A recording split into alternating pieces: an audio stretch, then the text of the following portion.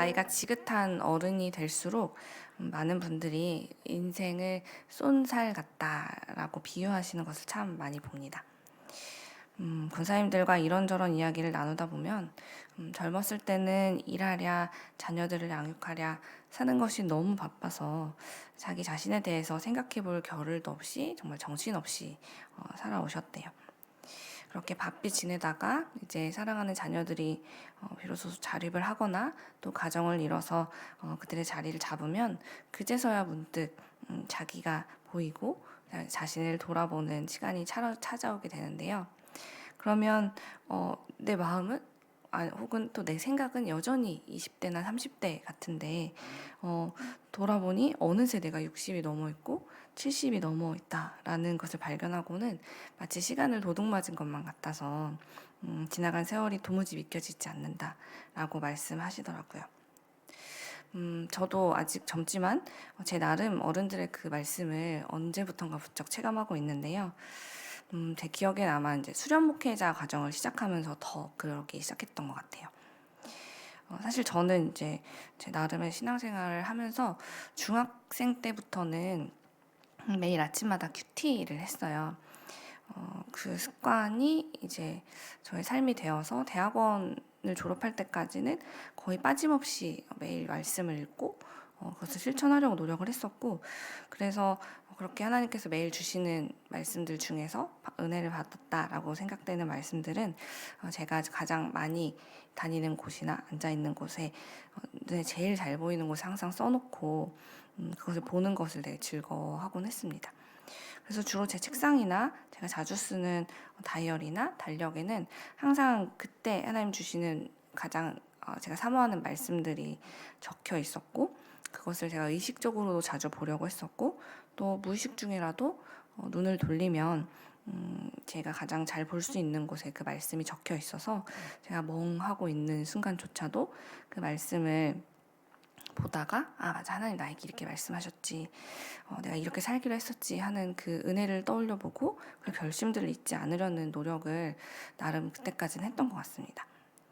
그런데 참 희한하게도 제가 전임 전도사로 사역을 시작하면서부터는 이제 매일 새벽부터 밤 늦게까지 규칙적이지 않게 정말 불규칙적으로 일이 매일매일 많다 보니까 잘 시간도 부족하고 일할 시간도 부족했어요. 그러다 보니 우선 지금 당장 중요한 일부터 잘 해내는 게 중요했고, 가장 먼저 제가 여유를 가지고 아침마다 혹은 바쁘면은 저녁 때라도 꼭 하나님 말씀을 꼭꼭 씹고 음미하던 그 묵상하는 시간들이 점점 줄어들기 시작했어요.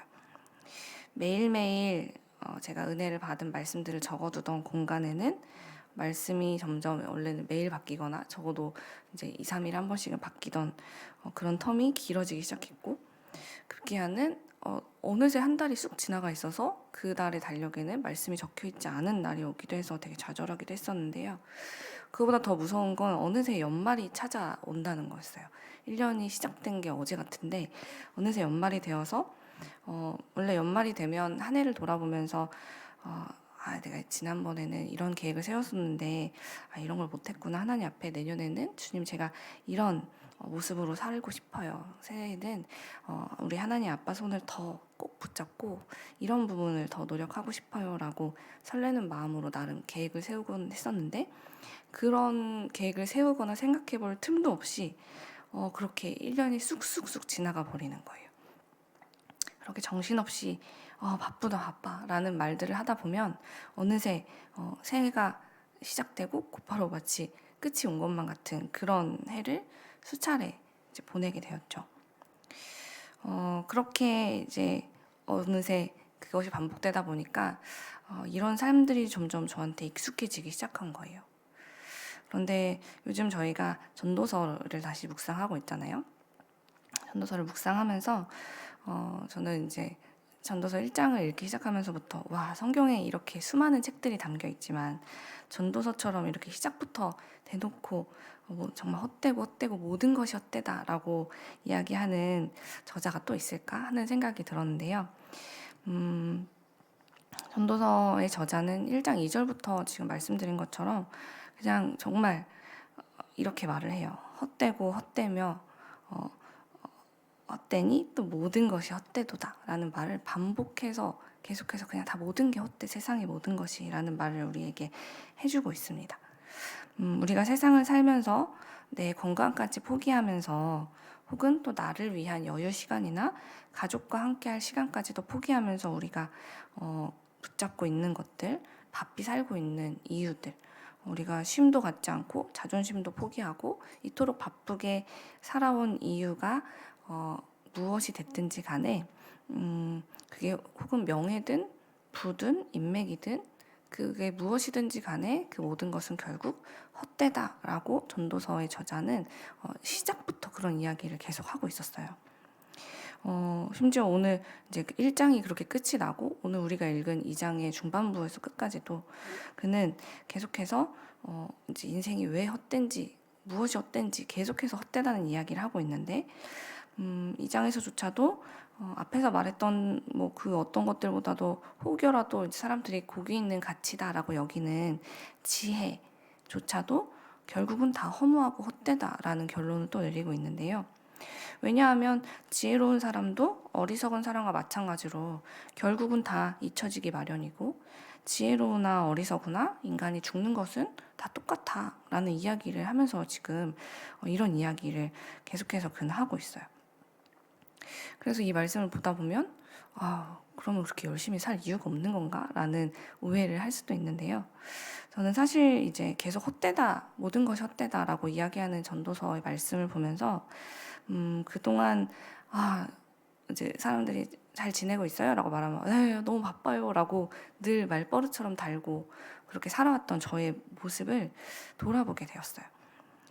나는 왜 이렇게 바쁘게 살지? 무엇을 위해 이렇게까지 살고 있는 거지? 라는 생각을 그 바쁜 일상 때문에 늘 멈춰서 생각하지 못했던 제 일상에서 딱 멈춰서서 내가 왜 이렇게 살고 있는가에 대해서 이 말씀 앞에서 생각해보지 않을 수가 없었거든요. 저는 분명 하나님을 위해 살겠습니다 라고 결단했고 이 사명자의 길에 들어섰어요. 그리고 제 나름 최선을 다해서 일을 했습니다. 저는 내가 바쁘게 살고 있다면 그것은 분명 하나님의 일을 더 많이 하고 있기 때문일 테고 그건 곧 하나님을 기쁘시게 하는 것이겠지라고 늘 생각했던 것 같아요. 그런데 이상하게도 제가 주의 일을 한다는 그 이름 아래 점점 바빠질수록 저의 삶에서 개인적으로 매일 하나님과 대화를 나누고 또 그분이 주시는 말씀을 음미하고 기뻐하면서 제 마음에도 적고 종이에도 적었던 그 시간들은 제가 바빠질수록 줄어들게 되었죠. 매일 주님과 공유하던 시간들을 이번 달은 진짜 너무 바쁘니까 이번만 좀 지나가 보자. 이번에는 너무 바쁘니까 일주일에 한 번 하고 그러다가 보니까 또 격주에 한 번 그런 시간을 갖고 그게 또 밀리다 보니 한 달에 한 번 이렇게 제가 매일 하던 묵상의 습관도 어느새 달라지고 있었어요.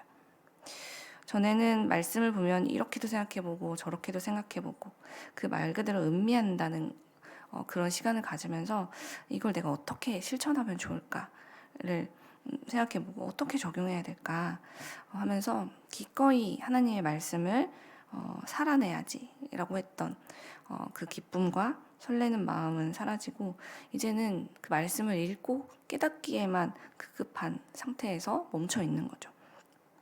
적용까지 해볼 틈이 없이 말이에요. 바쁘다는 말로 저는 그렇게 매일의 삶에서 우리 하나님을 찾고 발견하고 기뻐하던 그 소소한 행복을 잊고 사는 날이 더 많아진 거예요. 그래서 제가 비록 목사로 살고 있지만 세상에서 예수님을 믿지 않으면서 워커홀릭으로 살아가는 분들과 겉으로 보면 조금도 다를 것이 없는, 어찌 보면 내면조차도 그렇게 다를 게 없는 삶으로 이렇게 변해버린 것이죠. 그렇게 되면 아무리 내가 하나님의 일을 한다고 바빠지고 아무리 노력을 하고 할수록 결국 마음에는 허무함과 공허함이 커지는 것은 믿지 않는 분들이나 지금 바쁜 저의 삶이나 크게 차이가 없다는 것을 제 스스로 돌아보게 된 겁니다. 그렇다면 이제 우리는 그리스도인으로서 또 저 스스로도 저 부끄러운 고백을 했지만 이제 어떻게 달라져야 할까? 인생은 계속해서 바쁜 날들이 계속되고 우리는 크게 달라진 삶을 살기가 쉽지 않은데, 그리고 또 이 전도서를 성경에 기록한 이 전도서의 저자조차도 우리의 삶이 모든 게 허무하다라고 말하고 있는데 우리는 어떻게 살아야 할까? 저는 오늘 26절의 말씀에 주목했어요. 그는 이렇게 이야기합니다. 하나님은 그가 기뻐하시는 자에게는 지혜와 지식과 희락을 주시나 죄인에게는 노고를 주시고 라고 이야기하고 있어요. 이 말씀을 계속해서 읽다 보니 제가 예전에 하나님을 매일매일 그렇게 깊이 만나고 또 그 말씀을 제 마음에 두고 실천해 보려고 애쓰던 그때 제가 떠올랐어요. 그때도 저는 뭐 세상적으로 대단히 성공을 하거나 사람들에게 엄청 칭찬을 받거나 집안이 대단히 좋은 사람은 아니었지만 그때는 지금처럼 혹은 제가 너무 지쳐있을 때처럼 허무한 마음이 생기거나 낙심하는 일이 생겨도 다시 일어날 힘이 제 안에 가득했었어요. 왜냐하면 제 안에 하나님 말씀이 매일 채워지고 있었기 때문이죠.